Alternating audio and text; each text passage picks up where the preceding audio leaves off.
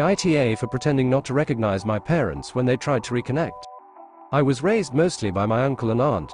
My older sister developed a serious illness when I was 6 and my parents decided that they couldn't care for both of us, I guess, so they kind of unceremoniously dumped me at my grandparents and my uncle took me in. Didn't even explain to me what was going on, just, you're going to go visit Gran for a while, and never picked me back up. My grandparents and uncle explained it later, and they were pretty livid at my parents.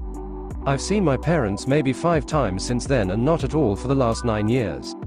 I decided to stop having contact with them when I was 12, and since I was the only one reaching out, all communication broke down. It turned out okay. I love my aunt and uncle and it turns out they can't have kids, so they've always said I'm their miracle kid. I was just misrouted by the stork at first.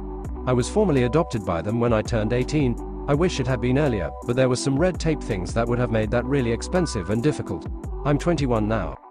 My sister passed away between Thanksgiving and Christmas, and I made a trip back from school for the funeral.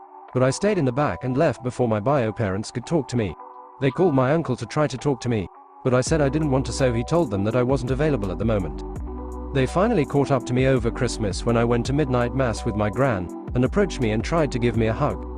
I did recognize them, but I pretended not to and just backed off and said, "Sorry, do I know you?" They said, "Were your parents?"